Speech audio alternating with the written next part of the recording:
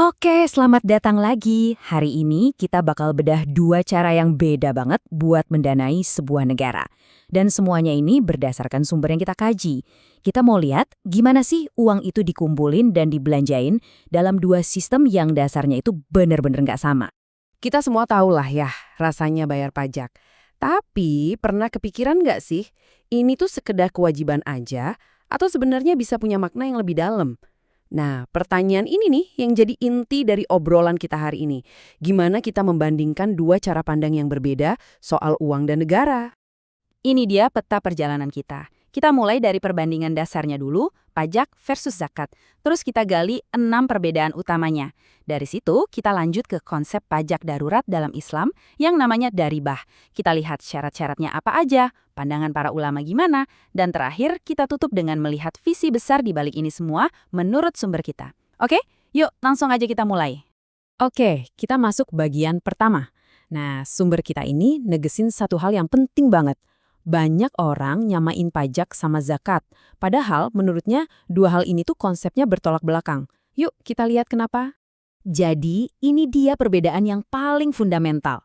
Pajak itu kan kewajiban sipil buat negara bisa jalan. Urusannya duniawi. Tapi zakat, wah ini beda level. Zakat itu salah satu pilar utama dalam Islam. Sebuah ibadah yang punya dimensi spiritual. Yang satu urusan negara, yang satunya lagi nyambungin urusan dunia sama akhirat. Sekarang yuk kita kupas lebih dalam lagi. Sumber ini ngejabarin ada 6 perbedaan mendasar antara pajak sama zakat. Nah, ini bakal ngasih kita gambaran yang jelas banget soal cara kerja dua sistem ini. Perbedaan pertama soal dasar hukumnya. Pajak itu buatan manusia, pemerintah, parlemen, jadi bisa diubah-ubah, bisa dinego, tergantung situasi politiknya. Beda banget sama zakat, yang menurut sumber ini, aturannya datang langsung dari wahyu. Artinya, aturannya itu permanen, nggak bisa diotak-atik sama manusia. Terus, poin penting berikutnya, siapa yang bayar dan atas dasar apa? Pajak itu ibarat jaring yang ditebar luas, kena ke hampir semua orang dan semua kegiatan ekonomi. Sebaliknya, zakat itu jauh lebih spesifik, cuma berlaku buat muslim, untuk jenis harta tertentu, dan harus udah nyampe batas minimalnya, yang disebut nisyab. Nah, soal angkanya gimana? Di sini bedanya tajam banget.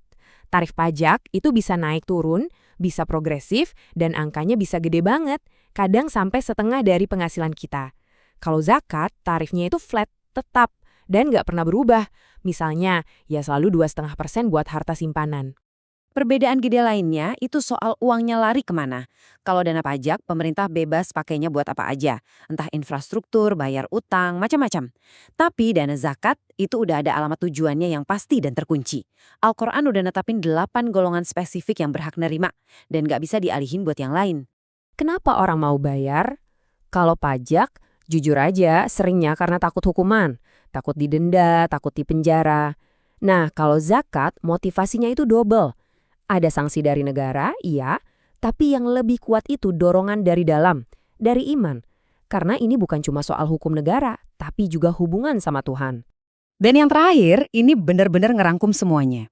Pajak itu murni urusan duniawi, kewajiban sebagai warga negara. Tapi zakat itu rukun Islam. Kalau diabaikan, itu bukan cuma pelanggaran hukum, tapi juga dianggap dosa besar. Nah, ini yang secara fundamental misahin keduanya. Oke, setelah kita bedain zakat sama pajak, mungkin ada yang nanya, emang ada gitu konsep yang mirip pajak dalam sistem Islam? Jawabannya, menurut sumber ini, ada tapi beda banget. Yuk kita kenalan sama konsep yang namanya doribah. Jadi, doribah ini bukan sumber pendapatan rutin. Ini adalah pungutan darurat. Kata kuncinya itu darurat dan hanya jika. Ini bukan sesuatu yang ditarik tiap tahun kayak pajak modern, tapi lebih ke solusi paling akhir waktu negara lagi krisis keuangan. Yang bikin menarik, doribah ini nggak bisa asal ditarik gitu aja. Sumber ini ngejelasin kalau ada syarat-syarat yang super ketat dan harus berurutan yang mesti dipenuhin dulu sebelum negara boleh memberlakukannya. Coba kita lihat apa aja syaratnya. Coba perhatiin alur ini. Ini nunjukin kalau doribah itu bukan langkah pertama, tapi benar-benar pilihan terakhir. Pertama, kas negara harus beneran kosong. Kedua, harus ada kebutuhan yang super mendesak. Ketiga, negara wajib coba jalur donasi sukarela dulu. Ini kayak sistem pengaman berlapis, biar pungutan ini cuma terjadi pas lagi kepepet banget. Dan aturannya lebih rinci lagi loh, yang bayar cuma orang kaya.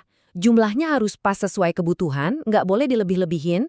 Tujuannya juga murni buat nutupin kebutuhan darurat, bukan buat proyek-proyek lain. Dan ini poin yang menarik banget deh. Pajak tidak langsung yang kena ke semua orang, kayak PPN, itu secara tegas dilarang dalam sistem ini menurut sumbernya. Ternyata konsep ini bukan hal baru. Sumber kita nunjukin kalau para ulama besar Islam udah ngebahas dan ngasih batasan-batasan ini dari berabad-abad yang lalu. Tujuannya buat membatasi kekuasaan negara biar nggak sembarangan mungut dana dari rakyat. Ada satu cerita yang kuat banget dari sumber ini yang ngegambarin prinsip tadi. Coba bayangin, seorang sultan yang berkuasa lagi butuh dana buat perang, dia datang ke seorang ulama buat minta izin atau fatwa. Dan dengerin deh jawaban luar biasa dari Imam An-Nawawi ini. Pesannya dalam banget. Para pemimpin harus mengorbankan kemewahan pribadi mereka lebih dulu sebelum membebani rakyat. Ini gambaran yang jelas banget soal prinsip bahwa beban itu harus ditanggung penguasa dulu, bukan rakyat. Dan ternyata Imam An-Nawawi ini nggak sendirian.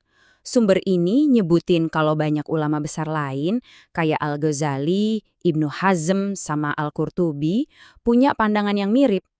Intinya, ada kesepakatan bahwa pungutan semacam ini tuh pilihan darurat paling akhir, bukan sumber pendapatan rutin. Oke, sekarang coba kita mundur sedikit dan lihat gambaran besarnya. Sumber ini berargumen kalau semua aturan fiskal ini, zakat, riba, dan lain-lain, bukan kebijakan yang berdiri sendiri.